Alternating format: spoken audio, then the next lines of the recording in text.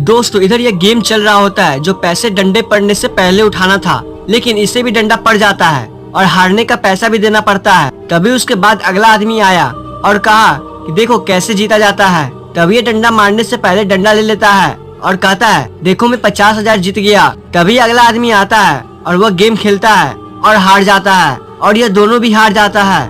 तभी बाइक का चाबी उस जगह छूट जाता है और जब वापस लेने जाता है तो यह बोलता है मैं आंखों पर पट्टी सही से लगाता कहाँ हूँ। तभी इसके साथ जो हुआ उससे पहले वीडियो को लाइक करके चैनल को सब्सक्राइब कर देना और कमेंट में 5 बार आई लव मॉम लिखना। यह उसके चेहरे पर स्प्रे मारकर पैसे लेकर भाग जाता है।